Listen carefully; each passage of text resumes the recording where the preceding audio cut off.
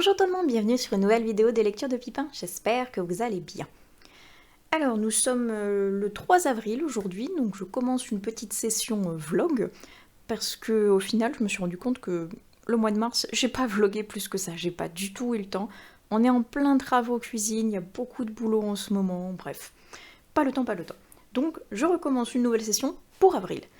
Et là, je vais prendre la caméra pour vous parler de petites réceptions que j'ai eues aujourd'hui parce que je les attendais avec la plus grande des impatiences. Alors attention, les voici, les voilà, les nouveautés que je viens de recevoir. Alors le premier que j'ai reçu, que j'attendais avec impatience, c'est celui-ci. Le tome 2 de Légende de Roquebrune, donc qui s'appelle Aélis de Eled Dahl. Oh, depuis le temps que j'avais lu le tome 1, qui se finissait de manière entre guillemets apocalyptique en plein milieu de l'action, et que le tome 2 n'avait pas été écrit, j'étais à tristesse. Là, ça y est, il est sorti. Je pense que du moment où l'autrice m'a envoyé le message de « ça y est, il est sur le site », je suis allée, j'ai fait « d'accord, ne bougez pas, prenez mon argent », et le voilà. Le voilà, parce que j'avais beaucoup aimé le premier, et parce que je voulais absolument savoir la suite. Suite et fin, apparemment, c'est une duologie. Le premier tome qui est... Attendez, juste ici, le voilà. C'était celui-ci, si vous ne vous en rappelez pas, le voilà. Et il était concentré sur ce personnage de Galien. Et le deuxième tome va donc être sur celui de sa sœur, Aélis. Alors, le petit résumé du tome 1, comme ça, si jamais ça vous intéresse, les deux tomes sont sortis, et vous pourrez vous ruer dessus. Alors, les guerres contre le voisin Krell ne sont plus qu'un lointain souvenir. Au manoir de Roquebrune, les jours s'écoulent paisiblement. Le comte dirige le domaine et ses gens avec une autorité bienveillante, laissant Galien mener une vie insouciante et libre. Aélis, en revanche, se voit imposer un mariage dont elle ne veut pas. Initiée à la magie divinatoire par sa tante, la jeune fille délivre un funeste oracle à sa famille. Personne ne la croit, et pourtant. Le comte meurt, des fidèles serviteurs sont tués, Aélis disparaît, Galien se lance dans une quête pour retrouver sa sœur et venger les disparus. Avec le soutien d'amis et d'alliés inattendus, il devra déjouer les nombreuses embûches qui jalonneront son chemin, car de sa réussite dépend le destin de tous les gens de Roquebrune. Et en gros, oui, le premier tome, c'était ça. Il était parti à la recherche de sa sœur pour essayer en plus de se venger, de déjouer cet oracle. Et comme le tome est uniquement concentré sur Galien et sur sa vision, c'est pas un narrateur omniscient, c'est vraiment, on va dire, Galien qui parle, eh bien on ne sait absolument pas ce qui était advenu de Aélis. Donc, enfin le tome avec la sœur, enfin on va savoir pourquoi elle a été enlevée, par qui, qu'est-ce qui s'est passé, est-ce que ses pouvoirs divinatoires ont augmenté, qu'est-ce qu'elle va pouvoir prédire à nouveau, est-ce qu'elle va s'en sortir, parce que visiblement sur la couverture, elle a l'air en assez mauvaise posture. Donc, je suis ravie d'avoir la suite et fin de ce diptyque, parce que franchement, je l'attendais. Il me reste plus qu'à le lire, donc maintenant, c'est toujours ça. Je me rue dessus quand il y a une sortie qui m'intéresse, parce que je veux lire la suite. Et il faut que je trouve le temps de lire la suite, parce que j'avais déjà programmé pas mal de choses à lire avant. Il a l'air assez costaud. Voyons voir. Oui, je suis déjà à 500 pages et il n'est pas fini, donc il doit faire 510 à quelque chose comme ça. Donc c'est quand même un bon bébé, donc il faut que je trouve le temps de le lire, mais au moins je sais qu'il attend patiemment dans ma bibliothèque de pouvoir être lu, découvert et que je puisse faire un compte-rendu, une chronique à l'autrice, parce que depuis le temps je voulais la suite. Voilà, bref. Je vous mettrai dans la barre d'infos le site Whispering Doors, sur lequel vous pouvez vous les procurer. Et il y a d'autres... je crois qu'il y a un autre ouvrage, et il y a d'autres goodies, comme une statuette de Galien, et d'autres trucs par-ci par-là. Donc si ça vous intéresse, je vous mets tout ça dans la barre d'infos. Et le deuxième, pareil, que j'attendais avec la plus grande des impatiences. J'attendais sa sortie, je suivais sur les réseaux, sur Instagram, sur YouTube, la progression de ce nouvel ouvrage de Caro from Woodland. Donc, si je vous dis ce nom et que vous ne connaissez pas, de toute façon, je vous mettrai les liens dans la barre d'infos. Et si vous la connaissez, vous savez qu'elle allait sortir Mon Printemps Cosy et que je l'ai reçue dans ce magnifique petit pochon aux couleurs toutes printanières, tout doux, on dirait du lin presque. Donc j'aime beaucoup, ça l'a bien protégé, c'est parfait. Et Bon, je vais vous présenter le livre hein, quand même après, mais il y avait pas mal de petits goodies, notamment celui-ci, je vous fais un peu d'ASMR en même temps. Ce sont des graines de fleurs de cottage, il y a du bleuet, du lin, calendula, cosmos, coquelicot. Ça va être super chouette à semer comme ça en mode fleurs des champs qui poussent de manière éparse. J'avais trop hâte de pouvoir avoir ça à la place du thé, parce que même si je ne suis pas grande amatrice de thé, j'aime bien quand même découvrir ce qu'on m'envoie dans les colis, ça me permet de faire des nouveaux tests, des nouvelles sensations, mais je pense que je suis vraiment pas douée parce que le thé, je dois pas savoir bien l'infuser, parce que pour moi il a pas spécialement plus de goût que ça. Donc, quand elle a dit qu'elle changeait et qu'elle mettait des graines de fleurs, je me suis dit ça, c'est bon. C'est bon, je sais faire, je sais planter les graines, donc j'ai hâte maintenant de pouvoir les planter et de voir comment ça va fleurir. J'ai hâte de voir si ça va me faire un joli champ de fleurs à la maison. Et donc le livre, je vous le présente enfin. Il est là, il est trop beau. Après mon hiver et mon automne cosy que j'avais adoré, mais j'avais tellement hâte de l'avoir entre les mains et ça y est, c'est chose faite. Il est beaucoup trop beau, beaucoup trop mignon et ça va être une lecture parfaite pour le printemps. À l'intérieur, j'avais le droit à un petit stickers délicieux et gourmand comme celui-ci. J'avais également hop, une petite carte de remerciement de Caro avec tous les sites derrière. Un très joli marque-page qui reprend la couverture Mon Printemps Cosy. Et une petite carte pour faire découvrir ce que recèle ce joli livre. J'aime toujours autant la présentation, les couleurs, les idées de recettes. Là, on parle de fraises. Donc je suis déjà forcément convaincue. Oh, c'est trop joli. Mais regardez comme c'est beau. Elle a un talent. Oh, c'est trop joli. Elle a un talent incroyable. Je ne l'ai pas encore feuilleté, je le découvre avec vous. Mais ça me donne qu'une envie, c'est de couper cette vidéo et d'aller le lire tout de suite parce que j'aime beaucoup trop ce qu'elle fait. Je vous en montre pas plus parce que je voudrais pas vous spoiler si jamais vous l'avez acheté et pas encore reçu. Et si jamais vous le découvrez et qu'il vous intéresse, que vous ne sachiez pas déjà tout ce que le livre recèle, que vous gardiez un petit peu la surprise si jamais vous décidez d'aller l'acheter. Donc voilà, c'était les 2 réceptions que j'avais tellement hâte. Et que ça y est, elles sont là. Et je suis trop contente. Ah, maintenant, il me tarde de les découvrir tous les deux. Avec mon printemps cosy qui va certainement arriver en premier parce que il est trop beau, il va se faire dévorer tellement il est magnifique, rempli de jolies couleurs printanières comme ça. Un vrai régal. Et j'en profite d'avoir la caméra allumée, comme ça je vous garde encore un petit peu pour discuter avec vous, parce que le week-end dernier je suis allée en Lozère, à Saint-Chély-d'Apcher précisément, parce qu'il y avait le festival Saint-Chély en poche. Première année que la librairie Le Rouge et le Noir, donc à Saint-Chély-d'Apcher, organisait un salon littéraire, et donc je voulais absolument y aller parce que j'aime beaucoup cette librairie et j'aime beaucoup voir ce qu'ils proposent. Et là il y avait des auteurs qui venaient et un festival avec les livres en poche. Je trouve ça quand même très pratique parce que mine de rien c'est beaucoup moins cher qu'un grand format, donc les gens en général se laissent plus facilement tenter par 5, 7, 9 euros un livre de poche que 22, 25 minimum un grand format. Alors il y avait quelques grands formats certes quand les auteurs les proposaient, mais moi je suis repartie très raisonnablement avec 2 petits livres. 2 petits livres parce que c'était 2 autrices que je voulais rencontrer, avec qui je voulais discuter et avec qui je voulais donc repartir avec un petit livre et une petite dédicace. Et c'est chose faite.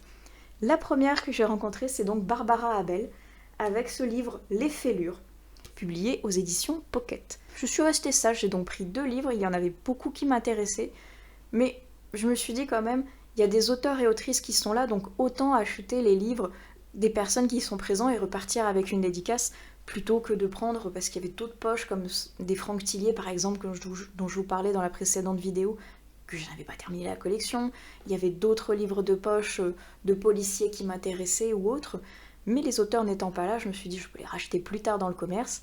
Barbara Abel, je ne vais pas la voir tout le temps, donc je suis allée lui discuter un peu avec elle, elle est très gentille, et j'ai craqué sur celui-ci parce que je ne connaissais pas du tout, et parce que la phrase d'accroche dit « Qui est le véritable meurtrier de quelqu'un qui se suicide ?» J'étais là, quoi ? C'est très bizarre. J'ai lu le résumé, et je me suis dit « Mais ça a l'air complètement fou. Je ne connais pas, Je ne connais pas cette autrice, elle est très connue, mais moi je ne la connaissais pas encore, donc je me suis dit c'est vraiment l'occasion de la rencontrer, de la soutenir en lui prenant un ouvrage et donc de la découvrir en même temps. Donc ce sera Avec les fêlures, qui a l'air d'être un très bon thriller psychologique, qui a marqué un thriller psychologique sensible qui nous emmène aux confins de la raison entre meurtre pas fait, dépression, blessures venues de l'enfance et secrets trop longtemps tus. Une réussite de plus pour Barbara Abel. Et je vois en plus, il y a marqué, ce n'est pas pour rien que l'on surnomme Barbara Abel la reine du polar belge. Très hâte de découvrir cette autrice qui a eu donc la gentillesse de me faire une petite dédicace. Donc, j'ai déjà hâte. Et la deuxième autrice, parce que oui, au final, je suis allée voir 2 autrices. L'auteur que je voulais aller voir, il était parti en pause à ce moment-là et il avait vendu tous les livres qu'il avait de disponibles. Donc, dommage pour moi, mais super chouette pour lui parce que franchement, qu'il soit venu et qu'il ait vendu tout, c'est vraiment impeccable. La meilleure pub qu'on puisse faire à un auteur, c'est celle-ci, franchement. Donc, quand j'ai vu qu'il y avait cette autrice-là, j'ai encore honte à moi, on est d'accord, mais je n'avais encore jamais rien lu d'elle, mais je me suis dit, mais c'est l'occasion parfaite d'aller la rencontrer, de discuter avec elle et de lire quelque chose d'elle. Je veux vous parler de Karine Djebel. Quand j'ai vu son nom, j'étais là, waouh, une énorme pointure de la littérature polar, policier, thriller. J'étais, ouh, je veux trop la rencontrer, je veux découvrir ce qu'elle fait, je veux discuter avec elle. Et donc j'ai pu la rencontrer. Elle est très gentille, je vous mettrai une photo ici que j'ai prise d'elle du salon. Elle a eu la gentillesse de me faire une belle dédicace aussi et de me parler de son livre, donc Chien de sang, que j'ai pris parce qu'on était donc en Lozère. Et elle m'a dit dedans, ça se passe au niveau de Florac parce qu'elle est tombée amoureuse de la région des Cévennes. Donc, il y a une partie qui va se passer en Lozère, à Florac. Et comme je suis moi aussi tombée amoureuse de la Lozère, la preuve, je suis mariée avec un Lozérien.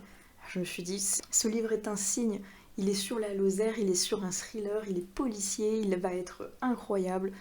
Karine Djebel est face à moi, elle me dit qu'il va être très punchy. Ce livre qui va se passer sur 24 heures, une course-poursuite, une traque, même une battue, une chasse à l'homme.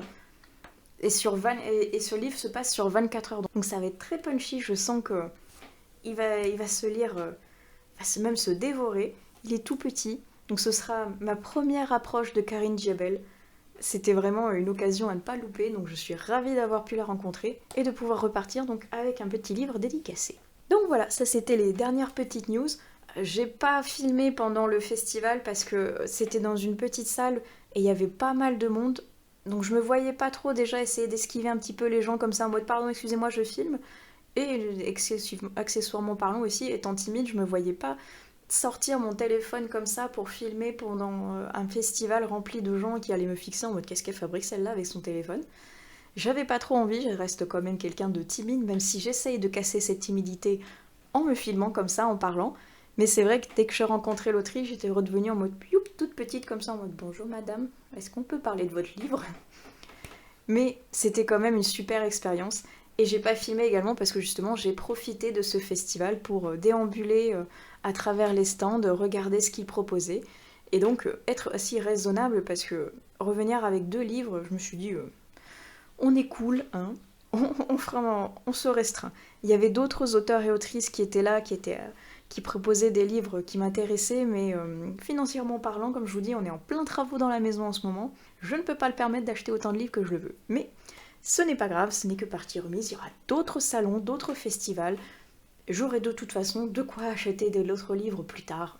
Il n'y a pas de souci, je suis déjà ravie d'avoir pu trouver ces 2-là, d'avoir pu rencontrer les autrices, et maintenant, il ne me reste plus qu'à les lire. Recoucou! Je vous reprends un petit peu après, de manière totalement abrupte, parce que je me suis rendu compte que j'avais pas terminé cette séquence. Donc on va la terminer en vous parlant du dernier livre que j'ai lu, qui est celui-ci. Il s'agit de Les Chiens de Belfast de Sam Millar, publié aux éditions Seuil dans la collection Policier, et c'est traduit de l'anglais par Patrick Reynal. Alors j'avoue que je ne connaissais absolument pas l'auteur et absolument pas cette œuvre. Je l'ai trouvé, comme l'indique le petit code barre, à ma médiathèque qui, une fois de plus, recèle de choses totalement inconnues pour moi, mais absolument merveilleuses. Et là, un petit policier qui avait l'air particulier parce que dans le résumé, on nous dit « Il s'en passe de belle à Belfast cet hiver-là ». 2 mains gauches sont découvertes dans les entrailles d'un sanglier abattu à la chasse. Ça, on se pose là quand même niveau de première ligne de résumé. Moi j'étais déjà accrochée. 20 ans plus tôt, c'était des chiens sauvages échappés du zoo qui déchiquetaient les corps. On est pas mal, on continue, on continue. Et il ne fait pas bon s'attarder dans les bars. Une femme mystérieuse attire plusieurs hommes de la ville dans ses filets, puis s'offre à leurs dépens des séances de torture raffinées avant de les achever. Le soin de démêler les fils sanglants de cette série macabre échoua à Carl Kane, détective privé cabossé par la vie et hanté par un drame digne d'un fantasme de James Ellroy.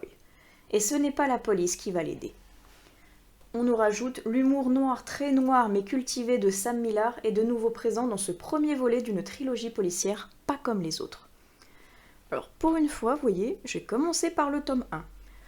On essaye d'évoluer plutôt bien dans cette chaîne, donc dans le bon sens. Donc j'ai commencé avec celui-ci. J'avoue ne pas avoir compris, entre guillemets, la traduction du titre, parce que on nous dit, moi j'aime bien regarder ça en fait, quand je vois que c'est traduit de l'anglais, donc de l'irlandais même, par quelqu'un, je regarde titre original et je vois Bloodstorm. Traduction, les chiens de Belfast. J'étais ok. Mot à mot, on n'a pas tout à fait dedans. Ok. Finalement, il y a un lien logique entre le titre choisi par le traducteur ou la maison d'édition, parce que c'est vrai que des fois c'est pas trop l'auteur qui choisit. Donc il y a un lien entre ce titre et le résumé qui nous parle de chiens qui déchiquetaient des corps à Belfast. Oui, d'accord, ça peut se faire, mais c'est vrai qu'il y a un petit bug point de vue traduction si on va le côté, on va dire, mot à mot logique. Mais passé ce petit détail, les chiens de Belfast, c'était pas mal du tout, même si je trouve que les premières lignes sont assez trompeuses. Parce que moi quand même on m'annonce en deuxième ligne du résumé, donc quand même très très haut, il y a des mains qui ont été découvertes dans les entrailles d'un sanglier après qu'il ait été abattu par des chasseurs. Moi je m'attends à ça quasiment dès les premiers chapitres, en mode bam, ça y est, ça commence. Non. Non, on le retrouve pas avant le chapitre 22. J'étais très déçue, je crois que chapitre 22 c'est quasiment là, à la moitié du livre. J'étais mais attendez, vous m'avez annoncé un truc de folie dès les premières lignes. Et je l'attendais, je tournais les pages, j'étais en mode mais les gars, où est-ce qu'il est ce foutu sanglier? En plus il est en couverture, il est à la deuxième ligne, et on ne le trouve pas avant la moitié du bouquin. Là, vous me vendez du rêve, mais un peu enfumé quand même. Donc j'étais un petit peu déçue parce que j'étais happée par ce résumé qui finalement est tombé à plat, quoi. Alors il y a bien tous les détails qui sont mis dans le résumé, on les retrouve dans le livre certes, mais pas à la cadence à laquelle je m'étais attendue en premier lieu. Et finalement, cette mise en scène, entre guillemets, que je m'attendais à avoir un espèce de policier thriller qui présageait, avec ce sanglier dévoreur d'humains, entre guillemets, ça présageait peut-être un psychopathe un petit peu sordide, pas du tout. On n'est pas vraiment dans le psychologique point de vue, on rentre dans la tête du tueur, on est plutôt en mode, bon, il y a eu plusieurs meurtres qui sont différents les uns des autres, on va essayer de comprendre pourquoi et s'il y a une ramification entre ces deux affaires, quoi. Donc, ouais, j'étais un petit peu dubitative, point de vue, le résumé est un peu menteur. Il n'est pas mensonger, point de vue qu'il y a vraiment ce que l'on retrouve dans le résumé dans le livre, mais il n'est pas bien calé par rapport au fait que justement on n'annonce pas en deuxième ligne quelque chose qui ne va pas apparaître avant le chapitre 20, quoi. Après, ce n'est que mon avis, mais bon. Passer ce détail également, c'était pas mal, avec un humour très noir qui, je pense, ne va pas plaire à tout le monde. On sent que c'est un petit peu... pas un peu vieux jeu, mais on sent que c'est de l'humour qui passerait pas beaucoup maintenant, à l'époque actuelle, on va dire. Est-ce qu'il date de quand? Attendez, de 2008, voilà. Donc je pense que, après c'est de l'humour noir, on est dans un policier, on est entre des détectives qui se confrontent à des policiers de métier, donc ça se passe pas bien entre eux bien évidemment, il va y avoir des jeux de mots, des boutades, des bagarres comme ça entre les deux, pas très viril, beaucoup en dessous de la ceinture, donc moi ça me dérange pas, je trouve ça rigolo, c'est bien amené par l'auteur Sam Millar. Mais je pense que ça ne peut pas plaire à tout le monde, point de vue que c'est un humour assez noir comme il l'indique, quoi. Donc, si ça ne vous dérange pas, moi je l'ai trouvé plutôt bien, assez accrocheur, et à la fin c'est vrai qu'on sent que c'est un tome qui se termine, oui, mais qu'il peut y avoir quelque chose en plus derrière, que c'est pas tout à fait fini. Donc je serais maintenant curieuse de lire les autres tomes. Je ne sais pas si... Je pense qu'ils sont sortis quand même depuis 2008. Donc je vais regarder si ma médiathèque les a, parce que c'était pas mal du tout. Je découvre la plume de Sam Millar, qui me convient. Ça se lit plutôt vite et plutôt bien, parce que vous voyez, il était assez petit, de 100 et quelques pages. Donc à voir si avec le tome 2, par contre, le résumé est accrocheur dès vraiment les premières pages, ou si ça va être comme lui et pas avant la moitié du bouquin. Ça sera la découverte quand j'y retournerai prochainement à ma médiathèque.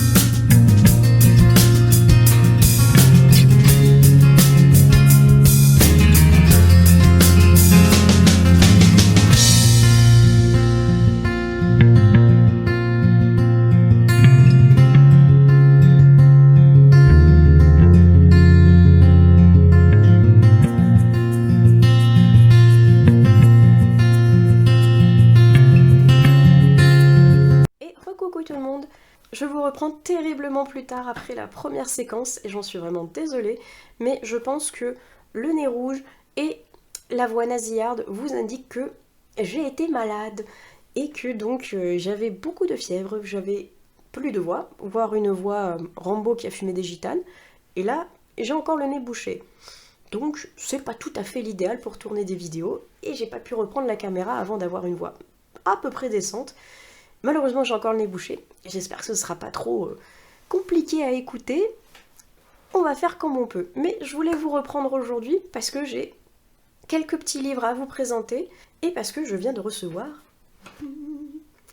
un petit truc que j'avais envie de déballer avec vous parce que je sais ce que c'est moi qui les ai demandés et je voulais vous les présenter. Alors, sans surprise, des livres. Il y en a 3. Il y en a 3, dont un, c'est le premier que je viens de récupérer. C'est un livre en anglais, c'est celui-ci parce que l'autrice m'avait contacté pour que je puisse le découvrir et en parler sur les réseaux, que ce soit anglophone ou francophone. Il s'agit de Soul Brethren, If the Shoe Fits. Et c'est un roman de B.A. Summer. Alors, excusez mon accent avec mon nez pourri. C'est compliqué à prononcer. Et c'est publié chez El Fado Island. Et j'avais accepté parce que, déjà, j'étais super étonnée qu'une autrice anglo-saxonne vienne me contacter alors que j'ai une chaîne francophone. Et même mon compte Instagram et mon blog et tout est francophone. Donc j'étais là, oh, super chouette. Je suis étonnée, très contente et flattée. Donc quand elle m'a dit, j'ai écrit un livre, est-ce que ça t'intéresse? Oui, mais madame, ça m'intéresse. Et moi j'aime beaucoup la couverture, je la trouve super chouette, qui n'a pas vraiment de rapport je trouve avec le titre, ni le résumé, je vais vous dire juste après, mais que je trouve quand même jolie. Et ils me l'ont envoyé avec un petit coin capoute là, c'est pas très très gentil les livreurs. Mais bref, moi ce que j'aime bien avec les versions anglaises, c'est qu'elles sont en soft touch. J'adore les soft touch, je trouve ça terriblement agréable et beau, agréable à prendre en main et beau à toucher et à regarder. Alors, voyons voir comment se présente. La mise en page est plutôt bien, très aérée pour quelque chose de britannique. En général, c'est plutôt, quand on prend les éditions Penguin, c'est vraiment compact, condensé, il va falloir s'accrocher. Non, là, ça va. Il y a même des petits sauts de paragraphes comme ça, donc ça a l'air plutôt pas mal. Et pour le résumé, alors je vais pas vous le faire en anglais, parce que comme je vous dis, avec mon nez, voilà quoi. Mais en gros, si je me rappelle bien ce qu'elle m'avait dit, on va être dans de la science-fiction, on est dans le futur, et il y a une technologie magnifique qui s'appelle Footloose, qui a été inventée. Il s'agit d'une technologie d'hologramme, qui nous donne l'illusion d'avoir toutes les paires de chaussures que l'on veut dans des couleurs, formes et styles complètement loufoques si on veut, différents. Euh, tout ce que l'on peut imaginer, ça peut exister grâce à cette technologie holographique. Et le problème, c'est que depuis que cette technologie existe, et bien en fait, plus personne ne va acheter de chaussures vu que la technologie nous permet de faire ce que l'on veut, de porter tous les styles que l'on veut en une seule fois finalement, puisque on achète la technologie et on a toutes les chaussures de l'univers et de notre imagination que l'on veut. Ce qui fait que l'industrie de la chaussure se casse la tronche. Et donc en inventant cette technologie, eh bien, Cordelia, elle pensait pas du tout à ce que ça allait engendrer et il va y avoir des problèmes entre justement les personnes pro-virtuelles, les personnes pro-réelles, les personnes qui ont été impactées négativement, positivement. Qu'est-ce que ça va donner sur la vie de la jeune femme, sur la vie de la société, sur la vie des consommateurs, entre le réel et l'irréel, l'holographique et la version matérielle des objets.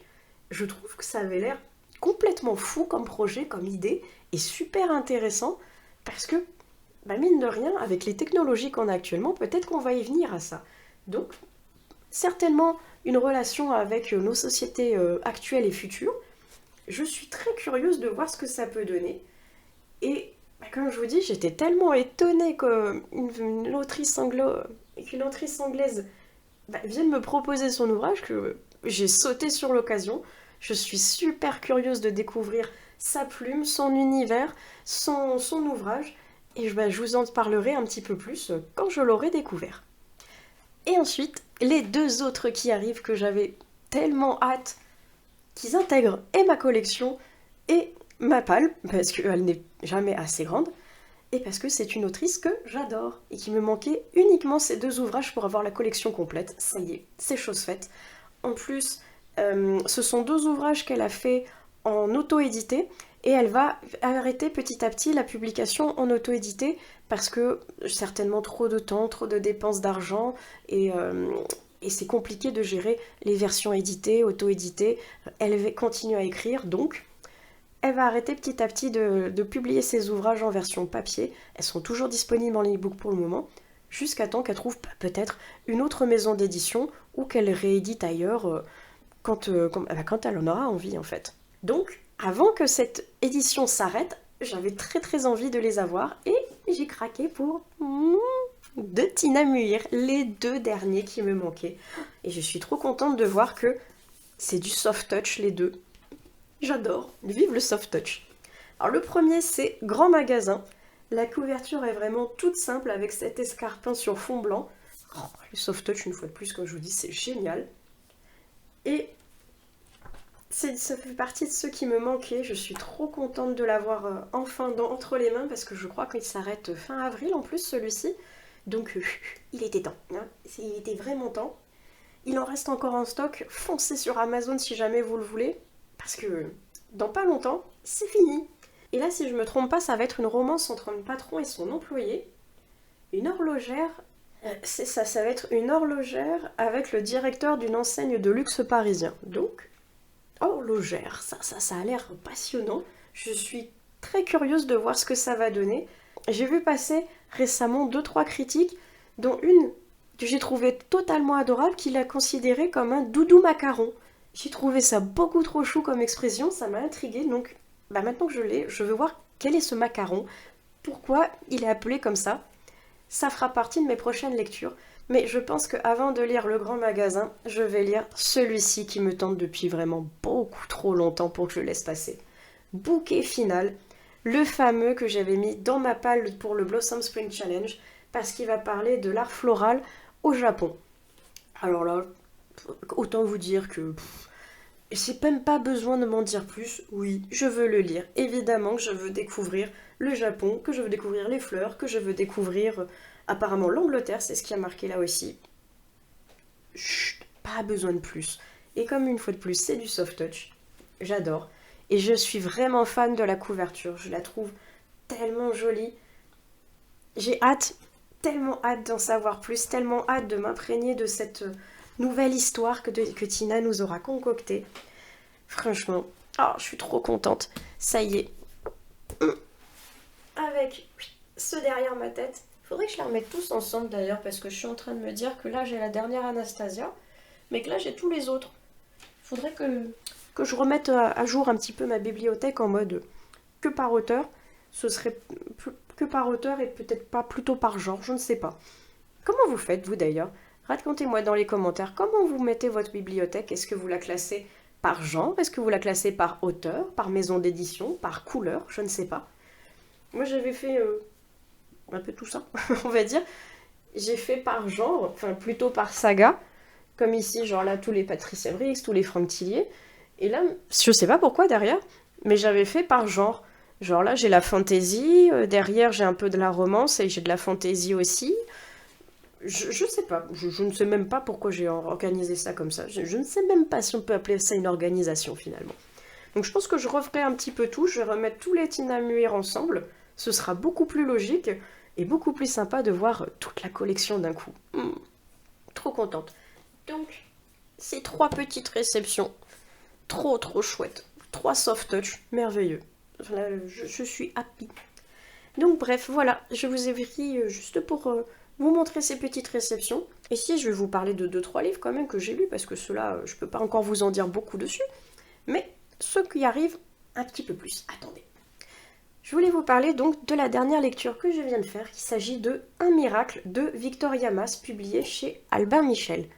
Victoria Mass, c'est l'autrice qui a écrit Le bal des folles, que j'avais adoré l'an dernier. J'avais trouvé ses plumes tellement belles, tellement poétiques, son histoire envoûtante, que quand j'ai vu que dans la rentrée littéraire, il y avait un nouveau de ses romans, j'ai voulu le découvrir.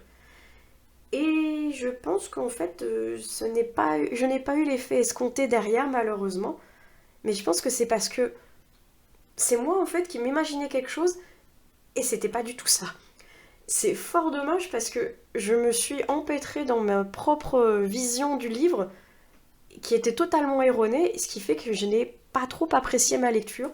Pas parce qu'elle n'est pas bien, parce que le livre est nul, ou parce que l'autrice ne me convient pas. J'aime toujours la poésie de sa plume. Victoria Mass, elle a un sacré talent pour l'écriture qui est vraiment indéniable. J'aime vraiment beaucoup la description qu'elle nous fait. On a l'impression d'être avec les personnages, d'être avec eux dans l'action ou dans la découverte d'une région, dans la découverte ici d'une religion, dans la découverte de plein de choses. On est imprégné par son écriture, par les descriptions qu'elle nous fait, et on a l'impression vraiment de vivre avec elle son roman. Non, ce qui m'a déçue, entre guillemets, c'est moi-même, parce que j'avais lu la 4e de couverture où il y avait juste marqué « Une prophétie, une île du Finistère Nord, les visions d'un adolescent fragile, et au-delà de tout, jusqu'à la folie, le désir de croire en l'invisible. » Et je sais pas, quand j'ai vu Un miracle, le titre avec cette 4e de couverture, cette prophétie, ce côté vision, ce côté croire en l'invisible, je me suis imaginé quelque chose d'un petit peu mystique, avec des fantômes, avec justement des visions, des personnes peut-être du passé, quelque chose comme ça, et absolument pas. Il n'y a rien de mystique, il n'y a rien de fantomatique, il n'y a rien de fantastique là-dedans. Nous parlons ici de religion. Et les visions qu'il y a, c'est les visions de la Vierge Marie. Donc complètement à côté de la plaque, ce n'était pas du tout ce à quoi je m'attendais. Et je pense que c'est pour ça que ça m'a déstabilisée et déçue, point de vue que je ne m'attendais pas à rentrer dans un livre qui allait parler de religion. Et la religion, c'est pas tout à fait ce que j'apprécie lire, parce que je n'ai pas spécialement d'affinité avec quelque religion que ce soit, et un livre entièrement consacré, même s'il y a quelque chose d'autre derrière, on est d'accord, mais entièrement consacré à la religion ici chrétienne, avec les visions de la Vierge, les miracles que ça peut engendrer, les problèmes également que ça peut engendrer, parce que quand une personne crie au miracle, crie à une apparition de la Vierge, soit on le considère comme lui-même un miracle, un don de Dieu, soit comme un maître complètement fou qu'il faut interner. Donc, cette dualité était très intéressante. Comme je vous dis, la plume est toujours aussi belle et envoûtante, mais c'était pas ce que je recherchais en fait, c'était pas ce à quoi je m'attendais. Je m'attendais à quelque chose d'un petit peu mystique, pas religieux. Donc je n'ai pas spécialement adhéré malheureusement à ce titre, mais je pense que c'est vraiment uniquement parce que je m'étais monté la tête avec une histoire qui n'était pas du tout celle qu'il y avait dans ce livre finalement. Et je sais pas si ça vient de moi, ou si c'est le fait que ce soit marqué quatrième de couverture qui induise peut-être un peu en erreur, parce que finalement quand on ouvre ici la première page, il y a vraiment le résumé, qui n'a donc rien à voir presque avec la quatrième, et là on va vraiment avoir le cœur même du roman avec Sœur Anne, religieuse chez les filles de la charité, reçoit d'une de ses condisciples une prophétie, la Vierge va lui apparaître en Bretagne. Là, on sait de quoi ça va parler, et on sait vers quoi on s'engage, on sait vers quoi on va, quelle est la thématique du sujet. Beaucoup plus que avec ces quelques lignes qui, moi, m'ont complètement fourvoyé finalement. Alors je ne sais pas si, en ayant lu ça, je serais allée vers ce titre, parce que comme je vous dis, moi, les titres qui parlent de la religion, c'est pas spécialement ce que je recherche, c'est pas vraiment ce que j'affectionne particulièrement. Est-ce que c'est bien, est-ce que c'est pas bien cette fausse page résumée qui est cachée à l'intérieur du livre? Je ne sais pas. Moi, en tout cas, malheureusement, j'étais un petit peu déçue. Dites-moi en commentaire si vous vous serez fait piéger comme moi déjà, ou si vous l'avez lu, est-ce que vous êtes déjà fait piéger comme ça? Est-ce qu'il vous a plu? Est-ce que, comme moi, c'était pas ce que vous recherchiez? Dites-moi tout. Moi, je suis déçue, mais déçue parce que j'ai été trompée, entre guillemets. Mais sinon, c'était quand même une lecture agréable, mais qui ne correspondait pas, malheureusement, à mes attentes. Donc, c'est un semi-flop, on va dire, pour moi.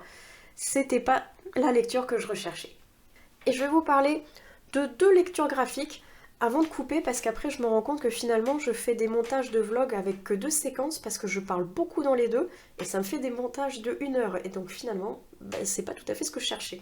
Donc j'essaie de parler moins, de condenser un peu plus, et de faire plus de séquences pour faire plusieurs vlogs d'affilée, comme ça ce sera peut-être un peu plus digeste, on va dire. Donc passons en graphique, et là je suis, on va dire, retombée dans l'adolescence, complètement presque par hasard, parce que je vais vous parler de la BD Le Scorpion. C'est de Marini et Desberg, le premier tome, La marque du diable, publié chez Dargaud. Alors pourquoi je vous dis mon adolescence? Parce que c'est quelque chose que j'ai lu quand j'étais collège, lycée, quelque chose comme ça. Donc il y a très longtemps maintenant. Et on a regardé il n'y a pas très longtemps Le Masque de Zorro avec mon mari. Et je ne sais pas pourquoi, ces combats de capé d'épée comme ça m'a fait penser à la BD Le Scorpion. Je me suis dit, tiens, mais ça fait un bout de temps que je les ai pas lus. Et comme ils sont à ma médiathèque, je me suis dit, allez, je vais retomber dedans. Je venais de lire Noir Burlesque de Marini, donc j'aime beaucoup son design. Je voulais retomber dedans, quelque chose d'un petit peu plus ancien qu'il avait fait, avec Le Scorpion. Et j'aime toujours autant en fait. C'est toujours aussi sympa, avec des petits sketchs comme ça au début de croquis, et toujours une dynamique de capé d'épée sur les planches qui sont toujours aussi belles, toujours aussi colorisées, avec donc le Scorpion qui est un héros toujours aussi charismatique, tombeur de ses dames et très doué bien sûr dans le combat au fleuri. Donc moi j'aime toujours autant. Et c'est pas facile de vous trouver des planches où il n'y a pas des femmes un petit peu dénudées que notre ami YouTube ne va pas nous censurer. Mais voilà. Pour vous montrer un petit peu à quoi ça ressemble, sans taper dans le micro, c'est fort compliqué. Mais donc le Scorpion, je trouve tout ça toujours aussi chouette, toujours aussi bien dessiné, parce que franchement le design de Marini est exceptionnel. Les personnages sont vraiment chouettes, l'histoire est intéressante, avec ce personnage qui porte la marque du scorpion dans le dos, qui est recherché par l'église, qui est recherché par des tueurs, qui est recherché par beaucoup de monde qui veulent le tuer ou le transformer en martyr ou le transformer en tête de turc. Bref, les gens ne l'aiment pas. Et lui, il arrive à toujours se sortir de situations rocambolesques grâce à son charisme, à son bagou et à son épée.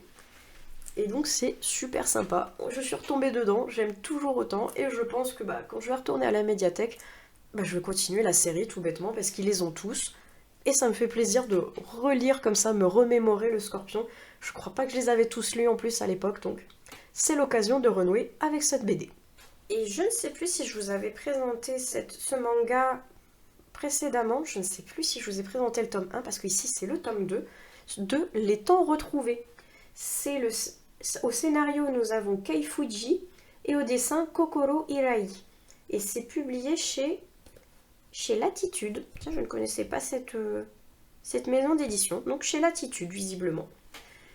Et j'aime beaucoup, parce que c'est en aquarelle. Tout le manga est en couleur, avec des dessins vraiment très très doux.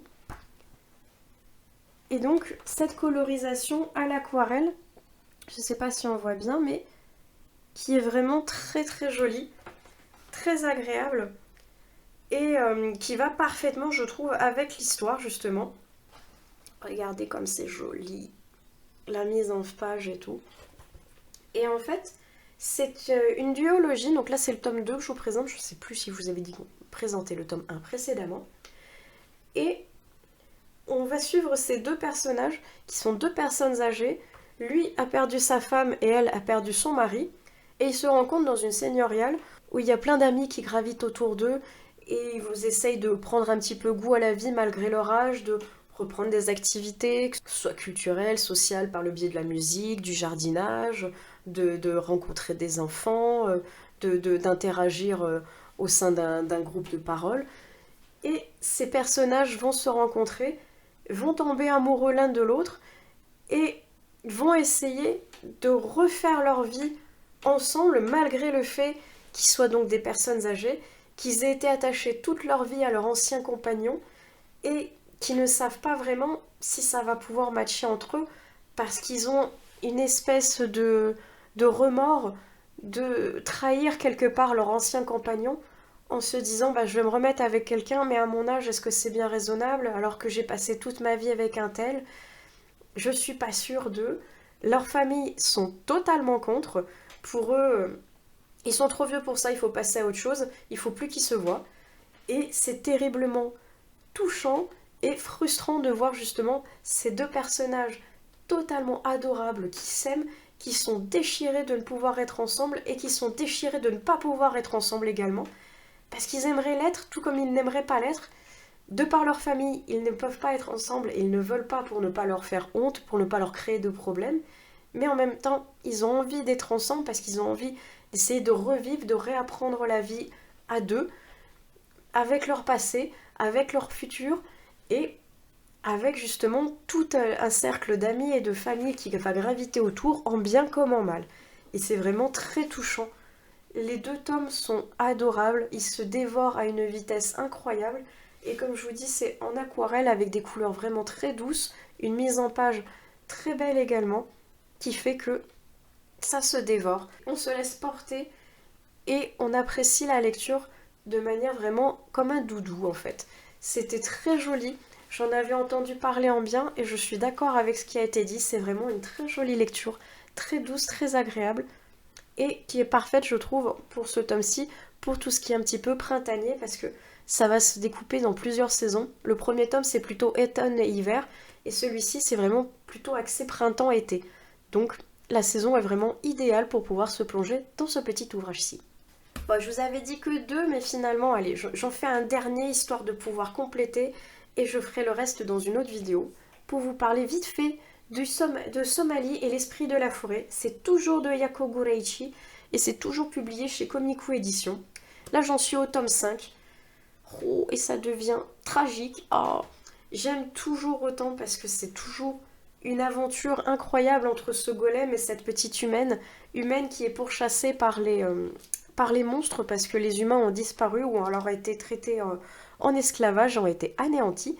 Et maintenant, bah, les humains, ça vaut très très cher, que ce soit pour leur viande, pour leur esclavage, pour leur compagnie. Et cette petite humaine est donc recherchée par tous les monstres de l'univers. Et le golem qui est avec elle a décidé de la protéger coûte que coûte, parce qu'il est petit à petit malheureusement en train de tomber en morceaux, donc il ne reste pas beaucoup de temps à vivre. Et c'est toujours aussi beau, le design est toujours aussi incroyable, les personnages touchants, et la mise en page est vraiment très très belle. Moi je trouve vraiment ce manga très beau, les mises en page sont vraiment très jolies, les paysages sont vraiment incroyables. C'est trop beau. Mais là, on arrive vraiment à des passages où on sent que le golem est vraiment de plus en plus mal en point, qu'il a de plus en plus de mal à protéger Somalie, cette petite humaine, et qu'ils ont de plus en plus de bâtons dans les roues. Donc ils ont vraiment pas de chance, ils essayent d'avancer plus loin dans cette quête. Mais là, la fin de ce tome, il me faut le tome 6, franchement. Franchement, il me faut le tome 6. Parce que c'est tragique, c'est vraiment chouette et tragique à la fois. Donc, je veux connaître la suite, je veux savoir ce qui va se passer entre Somalie, le golem et leur aventure avec leurs amis. Et je vais arrêter ici, j'en peux plus de parler du nez, c'est horrible. Parler et respirer, il faut choisir et c'est compliqué. Donc j'espère que la prochaine séquence que je vais faire, je serai toujours enrhumée, j'aurai toujours un problème en parlant du nez. Mais j'espère que ça va aller quand même parce que j'aimerais vraiment vous présenter le reste des livres tant que j'ai les supports papier entre les mains. Donc bref, j'arrête cette séquence et ce vlog ici. J'espère que ça vous aura plu. N'hésitez pas comme d'habitude à utiliser la section des commentaires pour qu'on discute tous ensemble de ce vlog. En attendant, je vous laisse ici. Je vous souhaite d'excellentes prochaines lectures et je vous dis à plus tard dans une autre vidéo des lectures de Pipin. Allez, ciao!